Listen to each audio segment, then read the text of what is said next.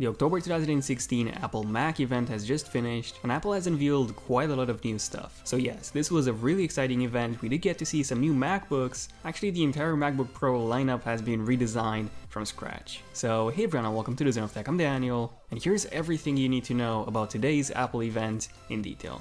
Enjoy.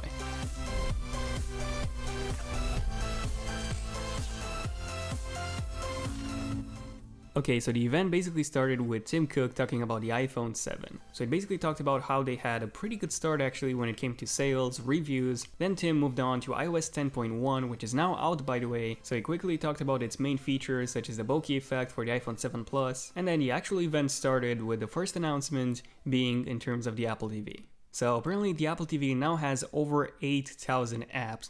That's a lot considering the fact that this is Apple's least popular product in terms of apps. But there's one more really cool app that's coming, and that's actually Minecraft. So yeah, Minecraft is coming to the Apple TV, so you'll be able to play Minecraft with all of your friends across mobile and the Windows 10 version of the app. And from there, Tim moved on to how Apple wanted to make the Apple TV a unified TV experience, basically from where you can access all the content. So they unveiled a new app for the Apple TV called simply, well, TV. And the new TV app is actually a really cool concept. So it basically shows you all the shows and all the movies from all the other apps, basically everything in just one place. So this is really cool because you no longer need to go through multiple apps in order to view your content. So you can have pretty much everything from CBS, Showtime, CW, HBO Go, Hulu, and so on, just in one single place. Besides this, another improvement is when it comes to Siri. So Siri is now smarter on the Apple TV because now you can simply tell Siri to turn on whatever live news or sports is on. And in case you're wondering, this new TV app will be available on both the iPhones and the iPads and the Macs as well. And this will basically launch in December, and unfortunately it will only be available in the US at launch. Next up, Tim moved on to talk about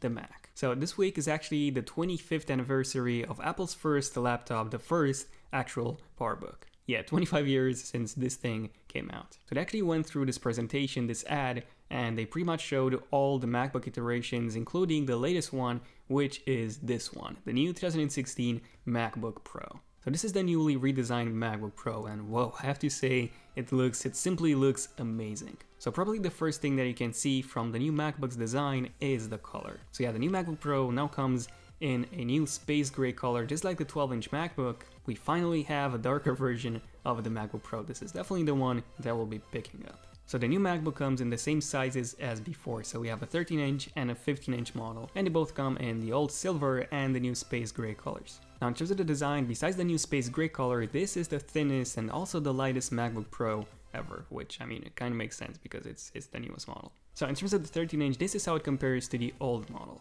So the old one was 18mm thick and the new one is just 14.9, so that's a massive difference. So it's 17% thinner than the old model. And it also has 23% smaller volume than the previous one, and weighs only 3 pounds. And now in terms of the 15-inch one, this is a bit thicker indeed, so it's 15.5mm thick. So that's basically 14% thinner than the previous one, and it also has 20% less volume, and this one weighs in at 4 pounds. So it's a bit heavier than the 13-inch one, but much lighter than the previous model. We also have a much larger trackpad now, so the new trackpad is actually twice as large as the previous one, and it also comes with improved Force Touch. Then the keyboard has also been improved, so it now uses the new butterfly mechanism just like the 12-inch MacBook. Apparently Apple has improved on the butterfly mechanism because this is apparently the second generation butterfly mechanism. Also from the images we've seen at the event, the keys themselves don't seem to be as thin as the ones on a 12-inch MacBook. But the biggest change when it comes to the new MacBook, besides its design and the specs, which I'll be covering in a few minutes, the biggest change is this one. So all the function keys, so F1, F2, F3,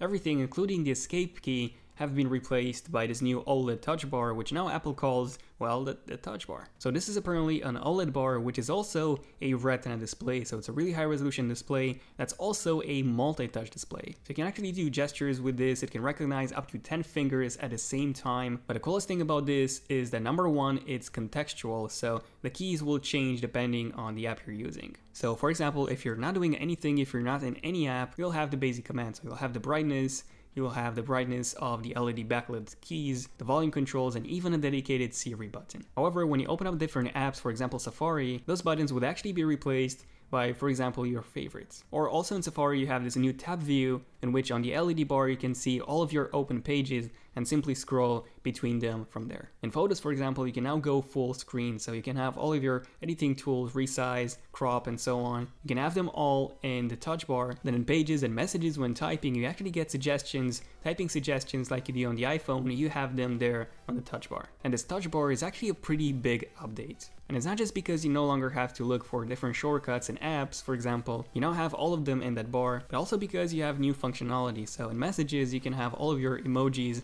just there waiting for you in the OLED bar. Probably the best part about this is that you can customize it in any way you want. So for example, in Finder, you can add a share button, you can add a flag button, you can pretty much make this your own. Maps supports it, Xcode supports it. Now on the right hand side of that touch bar is actually a touch ID sensor. So it's basically the same one as on the iPhone. So we have a sapphire crystal display covering that touch sensor, and this is a second generation one. Basically the same one as you find in an iPhone 7. And there's actually a T1 chip inside, and this basically makes every payment, everything secure. And this basically means that you can now use your fingerprint to unlock your Mac and also do Apple Pay payments. Next up, they talked about the display. So the display on the new MacBook Pro is now 67% brighter, 67% higher contrast ratio, and also it can display up to 25% more colors than the previous one. Now, they haven't talked about the resolution at all. Now, this is probably because the resolution has remained the same as on the previous models, and in terms of the specs, we have some pretty big improvements. So in terms of the 15-inch model, this one comes with a quad-core i7, so this is the maxed out model that you can get, and the RAM has also been upgraded, so we now have 2133 MHz memory. We also have a brand new GPU, so this is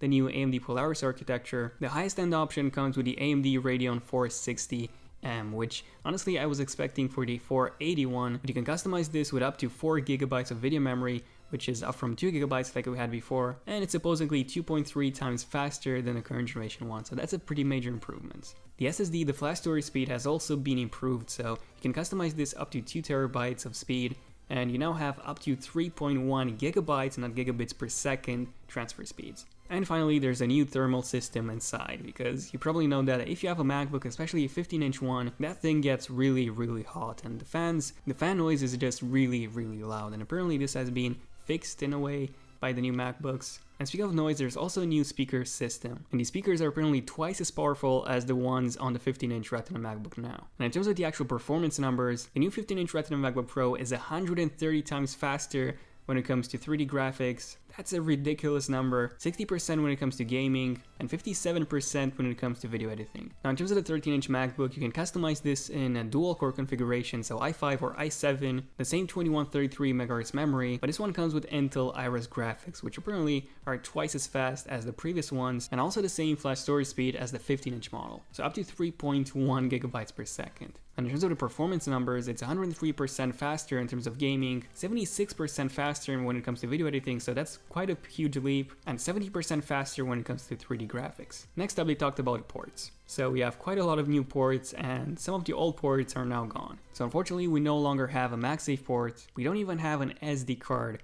reader, and we don't have an HDMI port. Basically everything has been replaced except for the headphone jack. Everything has been replaced by USB-C ports. So you get 4 USB-C ports, and they actually support Thunderbolt 3, so that's up to 4 GB per second bandwidth.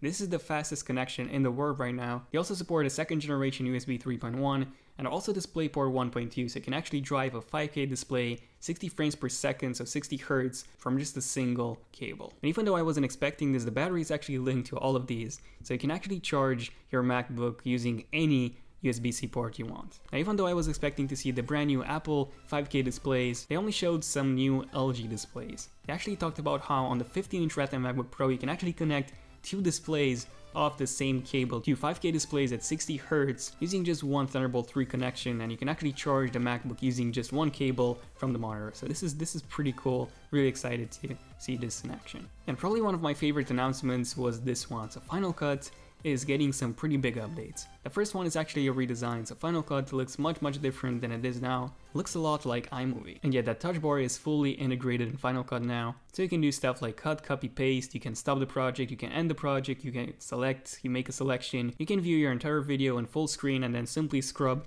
through the timeline using the touch bar. And you can also use this new touch bar in Photoshop as well. So Photoshop will be launching an update by the end of the year, and probably the biggest change is with Photoshop, just because, well, now you can actually have the color board on the touch bar, and also have the project in full screen, so you actually get more screen real estate by just having the color board on the touch bar.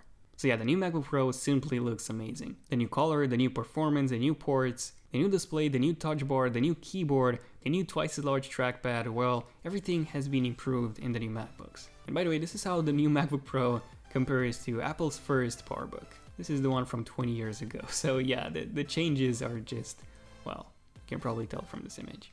Not even to mention the performance. Now, towards the end of the event, Apple did something really interesting. So first off, they compared the MacBook Pro to the current generation MacBook Air, and you can see how much thinner it is, and it's not just about thinness, it's also about the footprint. So this is the 13-inch MacBook Pro versus the 13-inch MacBook Air. So much smaller. And at this point, I was expecting to see the brand new MacBook Air, but no, Apple actually has, well, they have actually done this. They actually have 3 MacBook Pro models. So they have a MacBook Pro, a 13-inch one, which is basically the replacement for the MacBook Air. This one doesn't actually come with a touch bar, and it only comes with 2 Thunderbolt 3 ports instead of 4. Then we also have the regular MacBook Pros, the 13-inch and the 15-inch ones. Both come with the touch bar and Touch ID, and the 15-inch one also comes with dedicated graphics. But then they show the prices, and whoa, these are really, really expensive. So the first MacBook Pro, the one that doesn't come with a touch bar, this is $1,500.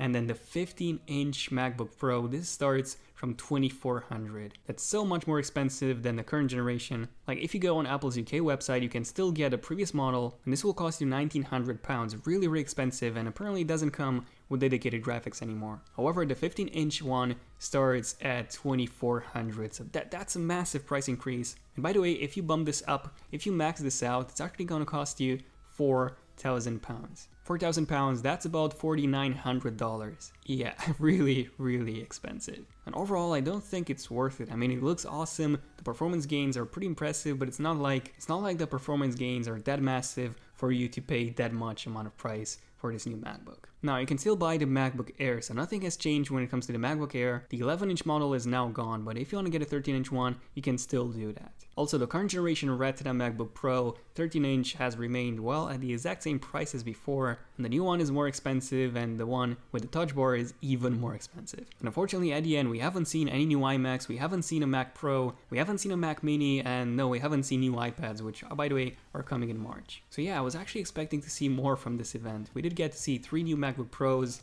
and some Apple TV updates, and that was pretty much it. But yeah, other than that, this was a really exciting event to watch.